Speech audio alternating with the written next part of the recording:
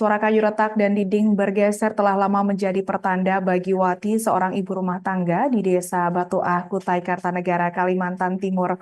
Rumah yang ia tempati bersama keluarganya akhirnya tak mampu menahan desakan tanah longsor yang terjadi pada Sabtu malam, 17 Mei 2025 di kilometer 28 Poros, Jalan Samarinda, Balikpapan.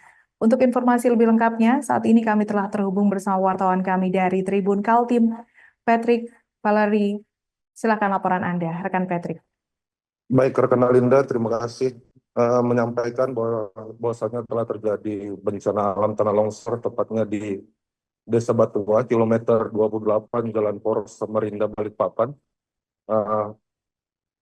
Gejala tanah longsor sebenarnya terjadi sejak 3 bulan yang lalu dan pelan-pelan mengakibatkan rumah warga akhirnya tergusur dan rusak. Kemudian menurut RT, pihaknya telah berapa kali bertemu dengan pihak desa untuk menyampaikan keluhannya akibat tanah longsor yang terus terjadi, namun memang sampai saat ini belum ada tindakan dari pihak desa.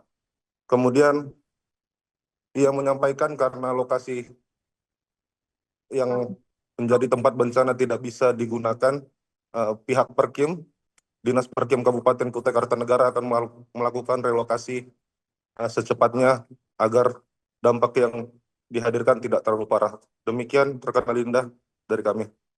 Baik, terima kasih rekan Patrick untuk informasinya dan selamat bertugas kembali. Download Tribun X sekarang, menghadirkan lokal menjadi Indonesia.